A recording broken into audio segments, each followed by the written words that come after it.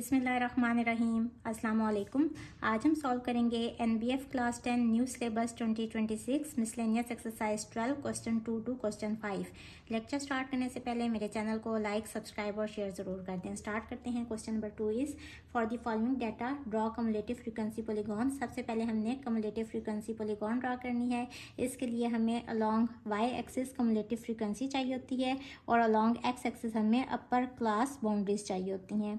Then estimate 3 quartiles graphically. इसके बाद हमने 3 क्वार्टाइल्स को ग्राफिकली लोकेट करके उनकी वैल्यूज फाइंड करनी है। Also find variance and standard deviation of the data, और फिर एंड पे हमने वेरिएंस और इस डाटा का स्टैंडर्ड डेविएशन फाइंड करना है। तो हमारी कैलकुलेशंस थोड़ी लेंथी होंगी, लेकिन स्टार्ट करते हैं। सबसे पहले फ्रीक्वेंसी क्वेश्चन में ही गिवन है। अब चूंकि हमें यहाँ अपर क्लास बाउंड्रीज चाहिए और यहाँ हमें क्या चाहिए, long y axis cumulative frequency चाहिए। सबसे पहले कम्युलेटिव फ्रीक्वेंसी फाइंड कर लेते हैं। First frequency as it is, इसके बाद इसमें ये वाली ऐड होती जाती है। 4 + 2 = 6, इसमें ये ऐड होगी 6 + 6 = 12, फिर इसमें ये ऐड होगी 12 + 8 = 20, इसमें ये ऐड होगी तो 30 आ जाएगा, इसमें ये ऐड होगी 37 में 5 ऐड होगा तो 42, और 42 में 3 ऐड होगा तो 45। और अगर इस सारी फ्रीक्वेंसी को ऐड करेंगे तो समेशन एफ भी इसके इक्वल आएगा 45 के। अगर ये वैल्यू और ये वैल्यू इक्वल नहीं आई तो इट मीन्स कि आपने कम्युलेटिव फ्रीक्वेंसी फाइंड करते हुए ऐड करते हुए कहीं ना कहीं कोई मिस्टेक कर दी होगी, तो आप इसको उस केस में दोबारा से रीचेक कर लेंगे। अब हमें क्या चाहिए, upper class boundaries. I think exercise 12.1 में क्वेश्चन नंबर जो 2 है ना, उसमें भी इसी तरह एक्स की वैल्यूज दी हुई थी, क्लास लिमिट्स नहीं दी हुई थी। अगर तो क्लास लिमिट्स दी हों और एक क्लास की अपर क्लास लिमिट और उससे अगले वाली क्लास की लोअर क्लास लिमिट अगर वो इक्वल ना हो तो उस केस में हम फाइंड करते हैं क्लास बाउंड्रीज। लेकिन यहाँ तो सिर्फ एक्स की एक ही वैल्यू दी हुई है, तो इसी को ही ना हम अपर क्लास बाउंड्री कंसीडर करेंगे, क्योंकि हम 5 को लिख सकते हैं कि ये वैल्यूज हैं 0 से 5 तक। इसी तरह से हम 10 को लिख सकते हैं कि ये 5 to 10 इनके बीच में वैल्यूज हैं। इसी तरह से 15 को हम लिख सकते हैं कि ये वैल्यूज 10 से लेके 15 के बीच में है। फिर इसके बाद 20 को हम लिख सकते हैं कि 15 के बाद से लेके 20 तक ये वैल्यूज यहाँ लाई कर रही हैं। इसी तरह इसको हम लिख सकते हैं 20 to 25, इसको लिख सकते हैं 25 to 30, इसको लिख सकते हैं 30 to 35 और इसको लिख सकते हैं 35 to 40। अब इसमें देखें ये जो अपर क्लास बाउंड्रीज है ना, ये बिल्कुल वही वैल्यूज हैं जो एक्स की वैल्यूज हैं। तो अगर इस तरह एक्स की वैल्यूज गिवन हो ना, तो आप बेशक ये वाला कॉलम ना बनाएं, इन्हीं को ही आप अपर क्लास बाउंड्रीज कंसीडर कर लें। अब इसके बाद हमने कम्युलेटिव फ्रीक्वेंसी पॉलीगॉन ड्रॉ करनी है। तो सबसे पहले हम एक्स की वैल्यूज को यानी अपर क्लास बाउंड्रीज को हम अलोंग एक्स एक्सिस लोकेट कर लेंगे। ये लोकेट करने के लिए सबसे पहले हम क्या करेंगे कि सबसे पहली क्लास की जो लोअर क्लास बाउंड्री होती है ना, इसको भी हमने यहाँ ड्रॉ करना होता है। तो सबसे पहली वैल्यू आएगी 0, इसके बाद 5, तो 5 बॉक्सेस के बाद ही 5 लिख लेते हैं। इसके बाद है 10, इसके बाद सारी वैल्यूज जो हैं वो अपर वाली क्लास बाउंड्रीज हमने लिखनी है। इसके बाद 15, यहाँ 20 और वैल्यूज 40 तक चाहिए। यहाँ 25, 30, 35 और यहाँ 40। तो हमने एक बॉक्स को एक रीडिंग के इक्वल ही लिया है। इसके बाद हमें कम्युलेटिव फ्रीक्वेंसी ड्रॉ करनी है अलोंग वाई एक्सिस। तो यहाँ वैल्यूज़ कहाँ तक जा रही हैं, 45 तक। तो यहाँ भी मैं 1 यूनिट को 1 वैल्यू के इक्वल कंसीडर करूँगी। अब हमें कहाँ तक वैल्यूज़ चाहिए, 45 तक। तो यहाँ अगर 10 ले लें, यहाँ 20 ले लें, यहाँ 30, यहाँ 40 और यहाँ 50। अब इसके बाद हमने इसको लोकेट करना है। सबसे पहले हमने 0 को लोकेट करना है, 0 इस जगह पे है। इसके बाद हमने 5 को लोकेट करना है, इसके लॉन्ग कम्युलेटिव फ्रीक्वेंसी को लोकेट करना है। तो 5 के लॉन्ग रीडिंग है 2, 5 के लॉन्ग 2, 1 यूनिट 1 रीडिंग के इक्वल है, तो 2 बॉक्सेस छोड़ के होगा। इसके बाद 6 को हमने लोकेट करना है अलॉन्ग 10, 10 के अलॉन्ग 1 2 3 4 5 6। इसके बाद 12 को 15 के लॉन्ग, 15 के लॉन्ग यहाँ है 10, यहाँ 11 और यहाँ 12। इसके बाद 20 को 20 के लॉन्ग, ये वाली वैल्यू होगी। इसके बाद 30 को लॉन्ग 25, 25 के लॉन्ग 30, ये वाली वैल्यू होगी। इसके बाद 30 के लॉन्ग 37, ये 30 है, यहाँ 35 होगा, यहाँ 36 और ये वाली वैल्यू होगी 37। इसके बाद 42 है 35 के लॉन्ग, यहाँ है 40, यहाँ 41 और यहाँ 42 होगा। इसके बाद 45 है 40 के लॉन्ग, 40 के लॉन्ग है 45, यहाँ है 41 2 3 4 5 45। इसके बाद स्केल की हेल्प से हम इन पॉइंट्स को ज्वाइन कर लेंगे। इस तरह से स्केल की हेल्प से मैंने इसको ड्रॉ कर लिया है। अगर तो हमने यहाँ ओजाइव ड्रॉ करनी होती तो मैं फ्री हैंड ही इन पॉइंट्स को ज्वाइन कर लेती, और ओजाइव की सूरत में हमने यहाँ से यहाँ तक ये वाली लाइन ड्रॉ नहीं करनी थी, क्योंकि यहाँ हमने पॉलीगॉन ड्रॉ करनी है। क्योंकि पॉलीगॉन का मतलब होता है क्लोज्ड शेप, तो इस पॉइंट को इस लास्ट वाली वैल्यू से ज्वाइन कर देते हैं। यहाँ 35 नहीं है, यहाँ 40 है। इसके बाद यहाँ तक तो हमने कम्युलेटिव फ्रीक्वेंसी पॉलीगॉन ड्रॉ कर लिया। अब इसके बाद हमने एस्टिमेट करने हैं 3 क्वार्टाइल्स को इस ग्राफ के ऊपर। तो सबसे पहले हमें पता है Q1 फाइंड करने का फार्मूला है 1n/4। यहाँ n है समेशन f यानी कि 45। 45 को 1 से मल्टीप्लाई करेंगे तो 45 ही आ जाएगा डिवाइडेड बाय 4। इसकी वैल्यू आ जाएगी 11.25। इस वैल्यू को हमने अलॉन्ग y एक्सिस लोकेट करना होता है। यहाँ है 10, यहाँ 11 और 12 के बीच में है 11.5। तो इस तरह से ना डॉटेड लाइन हम ड्रॉ करेंगे इन दोनों बॉक्सेस के बीच में, क्योंकि 11 और 12 के बीच वाली वैल्यू हमें चाहिए। अब इसके बाद इस वाली वैल्यू को हम अलॉन्ग एक्स एक्सिस इस तरह से ड्रॉ करेंगे, तो ये तकरीबन 14.5 Q1 की वैल्यू आ गई 14.5। इसके बाद हमें Q2 की वैल्यू चाहिए। Q2 इक्वल होता है 2n/4। 2 1s are 2, 2 2s are 4 equals to n/2। n है यहाँ summation f which is 45। This is equals to 22.5। उसी तरह से 22.5 को भी लोकेट कर लेंगे। यहाँ है 20, यहाँ 21, यहाँ 22 और यहाँ 23। तो 22 और 23 के बीच वाली जो लाइन होगी ना वो होगी 22.5। इस तरह से हम डॉटेड लाइन से इसको ड्रॉ कर लेंगे। इसके बाद इस वाले पॉइंट को हमने यूँ नीचे भी ड्रॉ करना है, तो इस तरह से आ जाएगा ये। यहाँ भी 1 बॉक्स 1 रीडिंग के इक्वल है, तो Q2 की वैल्यू आ जाएगी इक्वल्स टू, यहाँ है 20 और यहाँ है 21। इसके बाद हमें Q3 की वैल्यू चाहिए, तो यहाँ मैं इसको सॉल्व कर लेती हूँ। Q3 इक्वल होता है 3n डिवाइडेड बाय 4।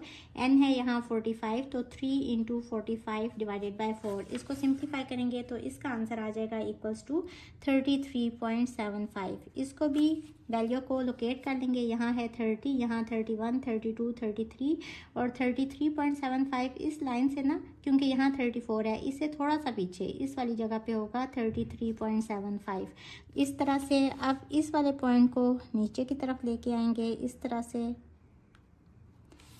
यहाँ है 25, यहाँ 26, यहाँ 27 और 27.5। तो Q3 की वैल्यू आ गई इक्वल्स टू 27.5। इसके बाद यहाँ तो हमने 3 क्वार्टाइल्स फाइंड कर लिया ग्राफिकली। अब हमने फाइंड करना है वेरिएंस। तो वेरिएंस के लिए यहाँ फार्मूला आपकी मर्ज़ी है कोई सा भी यूज़ करने। ये वाला फार्मूला भी यूज़ कर सकते हैं, summation f into x minus x bar का square divided by summation f। यहाँ x बार क्या है? मीन। सबसे पहले तो हमें मीन चाहिए। मीन किस तरह से फाइंड करेंगे? Summation f x divided by summation f। इसके लिए हमने f को x से मल्टीप्लाई करना है, तो हम f को x से मल्टीप्लाई करेंगे और यहाँ कॉलम बना लेंगे f x का।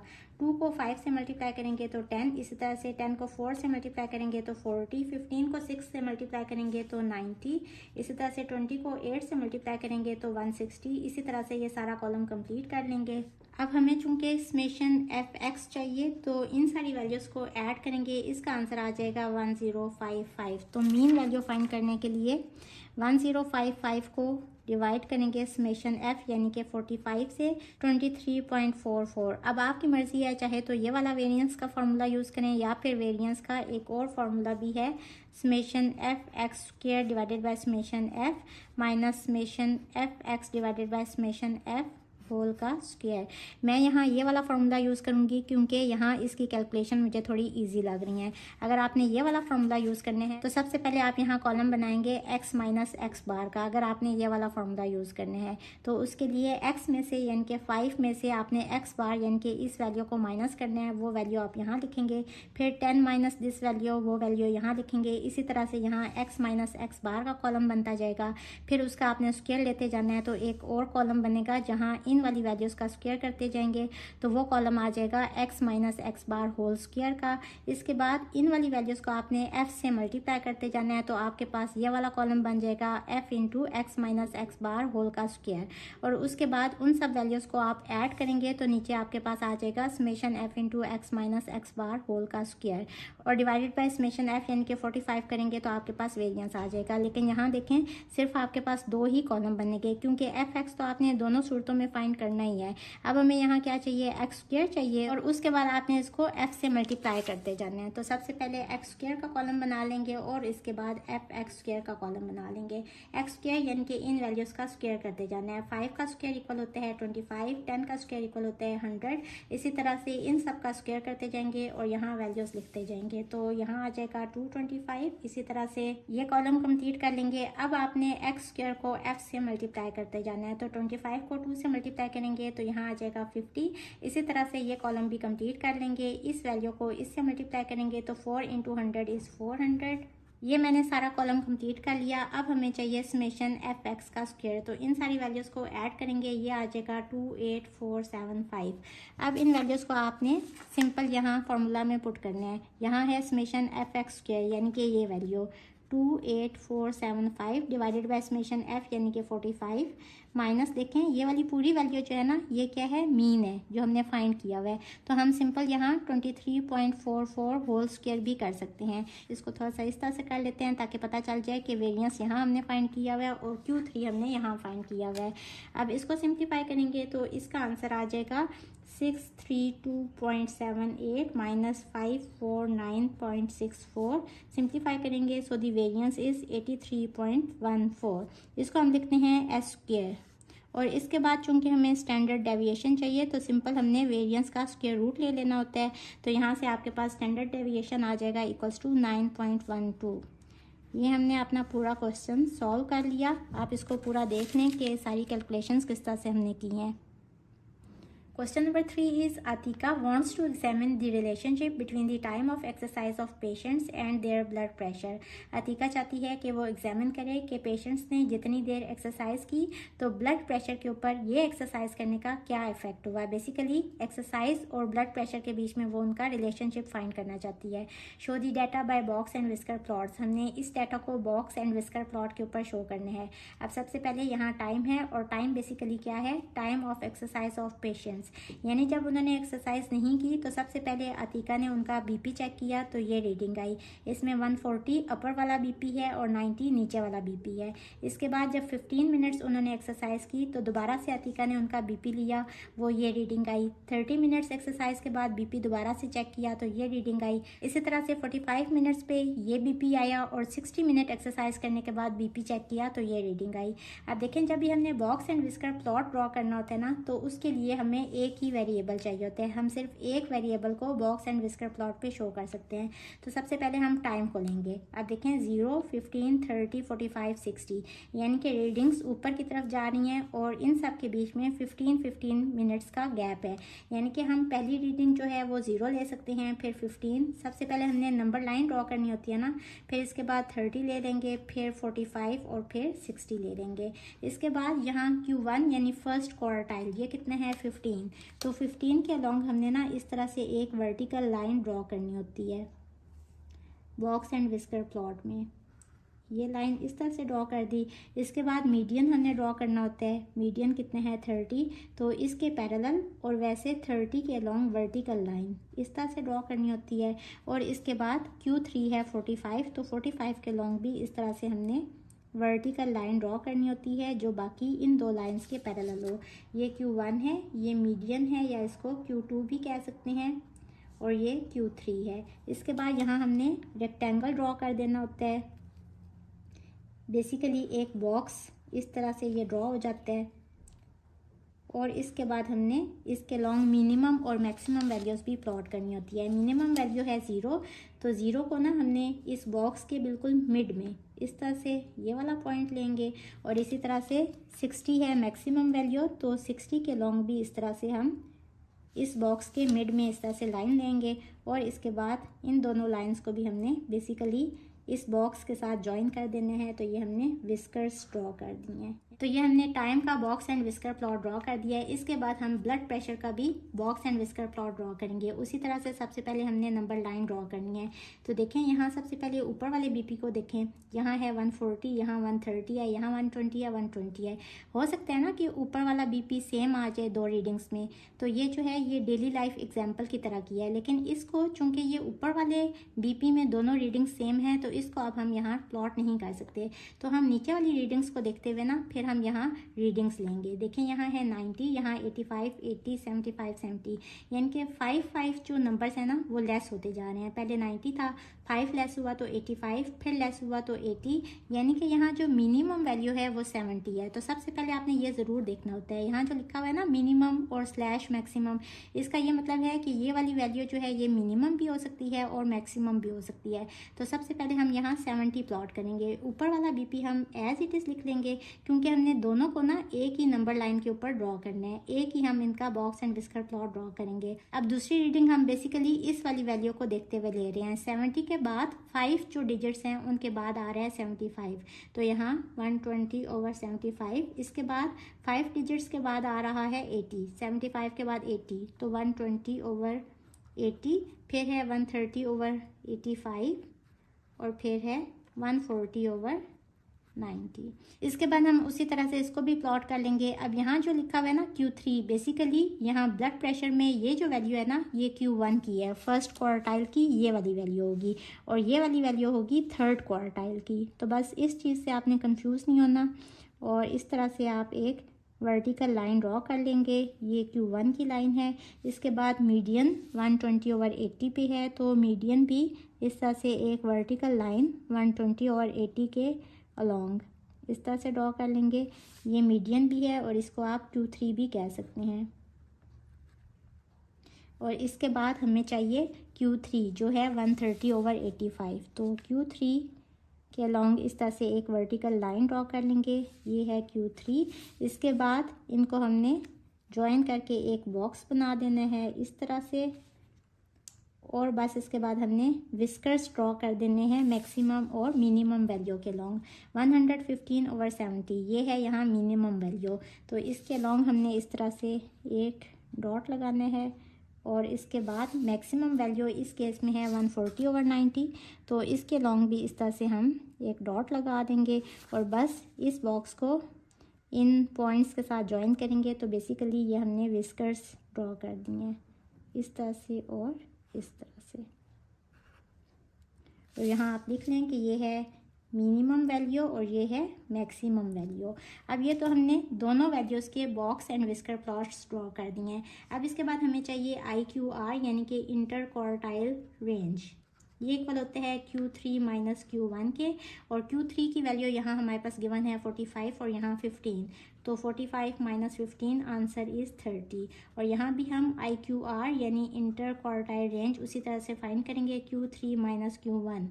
यहाँ Q3 ये वाली वैल्यू है ना, अगर आप यहाँ भी देखें तो Q3 क्या है 130/85 और माइनस Q1 की वैल्यू क्या है 120/75, यानी कि ये वाली वैल्यू 120/75।